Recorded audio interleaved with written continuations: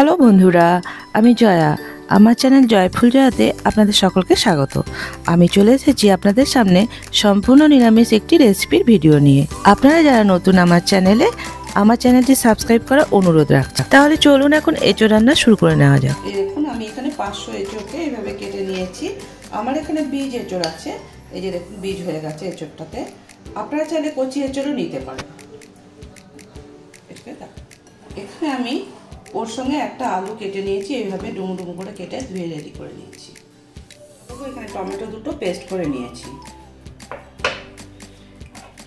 এখানে 50 গ্রাম দইকে ফাটিয়ে নিয়েছি। আর সমস্ত মশলাগুলো আমি এখানে নিয়ে নিয়েছি। যা যা এই তরকারিতে যে যে মশলাগুলো ইউজ করবো এখানে আমি সব নিয়ে নিয়েছি।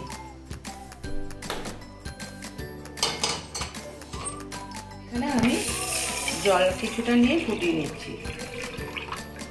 কিছুটা আমি এখানে জল ফোটানোর মধ্যে হলুদ দিয়ে নিলাম। এরপরে এঁচোড়টা আমি এর মধ্যে ছেড়ে দিচ্ছি।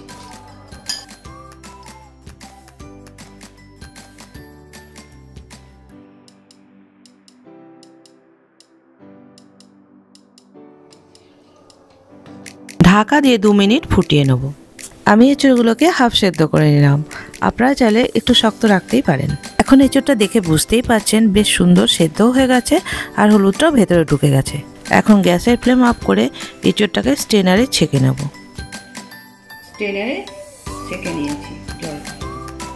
এই রেসিপিটা যেহেতু আমি সম্পূর্ণ সরষের তেলে করব, তাই কড়াইতে পরিমাণ মতো সরষের তেল দিয়ে দিলাম।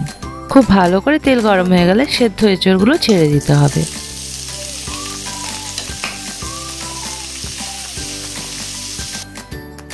এইভাবে নাড়াচাড়া করে খুব ভালো করে এঁচোড়গুলোকে ভেজে নিতে হবে।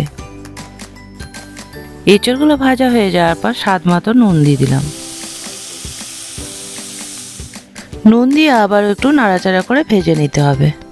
আজকের এঁচোড় রান্নাটা পিওর ভেজ হলেও যেহেতু অনুষ্ঠান বাড়ির মতো করে করছি, তাই এটাকে এখন অন্য একটা বোলের মধ্যে ম্যারিনেশন করতে দেবো।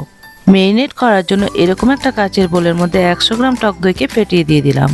পূর্বে দেখানো সমস্ত মশলাগুলো এর মধ্যে এক এক করে অ্যাড করে দেব। দিয়ে দিলাম 1 টেবিল চামচ হলুদ। এবারে দিলাম 1 চামচ গরম মশলা, 1 চামচ আমচুর পাউডার, 1 চামচ জিরে গুঁড়ো, 1 চামচ ধনে গুঁড়ো, 1 চামচ কাশ্মীরি লঙ্কার গুঁড়ো, স্বাদ মতো নুন, 1 চামচ কসুরি মেথি। সব কিছু দিয়ে খুব ভালো করে মেখে নিলাম। এইভাবে মশলাগুলোকে খুব ভালো করে মাখিয়ে নিতে হবে, যাতে করে সমস্ত মশলার মিশ্রণের একটা খুব সুন্দর এসেন্স বেরিয়ে আসে। মাখতে মাখতে মিশ্রণটা যখন এরকম হয়ে যাবে, তখন ভেজে রাখা এঁচোড়গুলোকে এর মধ্যে একটু একটু করে অ্যাড করে দিলাম।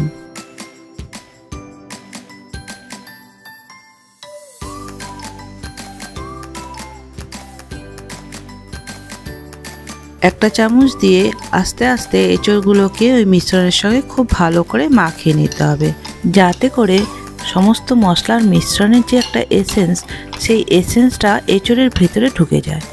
একটা ঢাকনা দিয়ে সাইডে সরিয়ে রাখলাম। আর একদিকে অন্য একটা কড়াইতে আবারও একটু সরষের তেল গরম করে আস্তে আস্তে আলুটা ছেড়ে দিলাম।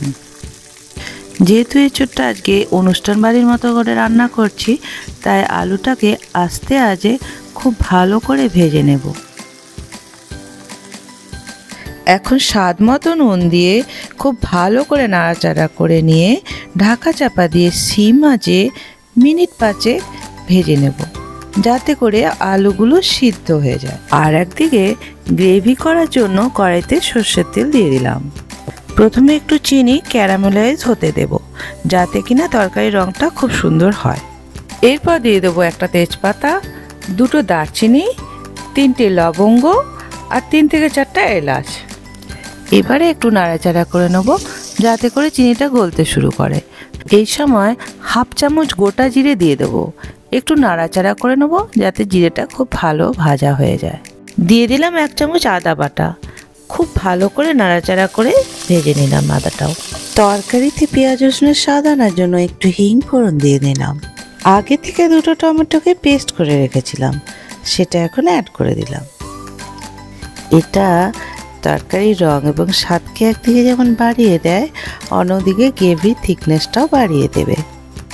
এভাবে মশলাটা কন্টিনিউয়াস নেড়ে যেতে হবে যতক্ষণ না পর্যন্ত এর থেকে তেল ছেড়ে যাচ্ছে। আপনারা হয়তো এর আগে অনেক রকমের মাছের কালিয়া খেয়েছেন, কিন্তু এভাবে কোনোদিন এঁচোড়ের কালিয়া খেয়েছেন কি? যদি না খেয়ে থাকেন, এভাবে একদিন এঁচোড়ের কালিয়াটা রান্না করে নিন, আর কেমন খেলেন সেটা কমেন্ট করে অবশ্যই জানাবেন। এভাবে মশলাটা কষতে কষতে এখন দেখুন খুব সুন্দর একটা রং চলে এসেছে। লুকটা যখন এরকম এসে যাবে তখন বুঝতে পারবেন যে মশলাটা সম্পূর্ণ কুক হয়ে গেছে। এমতো অবস্থায় আগে থেকে মেরিনেট করা এঁচোড়গুলো কিংবা মশলা মাখা এঁচোড়গুলোকে গ্রেভির মধ্যে ছেড়ে দিলাম। শিম মাছে খুব ভালো করে নাড়াচাড়া করে নেব। দই দেওয়ার কারণে আস্তে আঁচে রান্নাটা করতে হবে যাতে লেগে না যায়। তারপর 2 থেকে 3 মিনিট আস্তে আঁচে এঁচোড়টাকে কষাতে হবে। মশলা মাখা এঁচোড়টার থেকেও যখন তেল ছেড়ে যাবে তখন হাই আঁচে আবারও মিনিট 5 কষিয়ে নেব।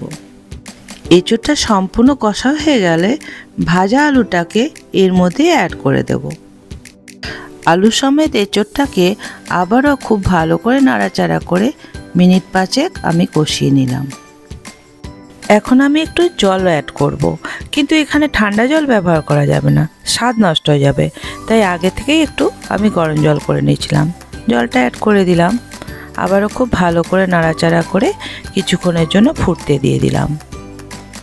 এখন কিন্তু গ্যাসের ফ্লেমটা হাই করে দিতে হবে। জলটা ফুটে যখন একেবারে টেনে যাবে তখন বুঝবেন রান্নাটা প্রায় শেষ পর্বে। এখন এঁচোড়ের কালিয়াটা দেখুন, দেখতে কত সুন্দর লাগছে। এটা দেখতে যত সুন্দর লাগে, খেতে তার থেকে অনেক গুণ বেশি ভালো লাগে। এইরকম যখন তরকারি থেকে তেল ছেড়ে যাবে তখন বুঝবেন রান্নাটা সম্পূর্ণ হয়ে গেছে। এখন আমি একটু ঘি অ্যাড করে দেবো। যে কোনো নিরামিষ রান্নায় ঘি দিলে একটু স্বাদ বেড়েই যায়, আর আমি তো ম্যাক্সিমাম নিরামিষ রান্নায় ঘি ছাড়া ভাবতেই পারি না। আমি এখানে 1 চামচ ঘি দিয়ে দিচ্ছি, আপনারা আপনাদের পরিমাণ মতো দিয়ে দেবেন। এখন আমার এঁচোড়ের কালিয়া সম্পূর্ণ রেডি। এবার আমি গরম গরম ভাতের ওপরে এটা সার্ভ করে দেব। আমার এই এঁচোড়ের ভিডিওটা যদি আপনাদের ভালো লেগে থাকে তাহলে লাইক, শেয়ার, সাবস্ক্রাইব করে আমার পাশে থাকবেন।